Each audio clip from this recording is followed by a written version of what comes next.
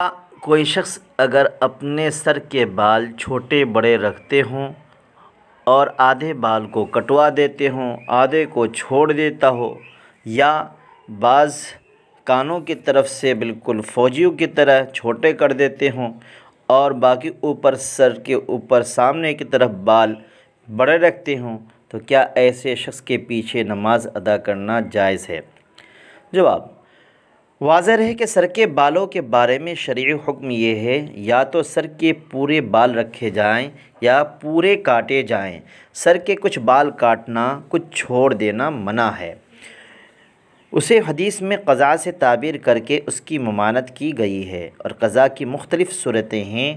حاصل ان کا یہی ہے کہ سر کے بال کہیں سے کاٹے جائیں اور کہیں سے چھوڑ دیے جائیں۔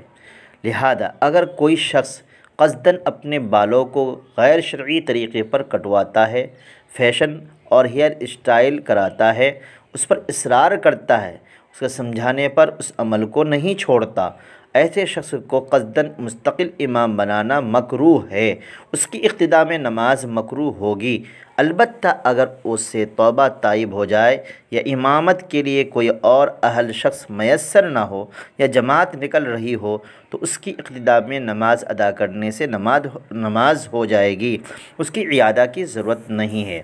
حضرت عبداللہ بن عمر رضی اللہ تعالیٰ عنہما فرماتے ہیں کہ حضور اکرم صلی اللہ علیہ وسلم نے ایک بچے کو دیکھا کہ اس کے سر کے بعض حصے کے بال منڈے ہوئے ہیں اور بعض حصے میں بال چھوڑے ہوئے ہیں،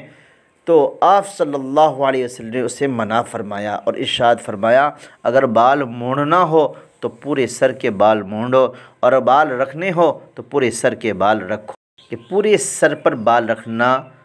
منہ گوشت تک یا کسی قدر اس سے نیچے سنت ہے،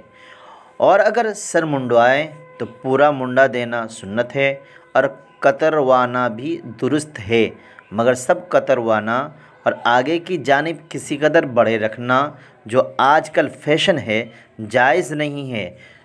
اور اسی طرح کچھ حصہ منڈوانا، کچھ رہنے دینا بھی درست نہیں ہے۔ لہٰذا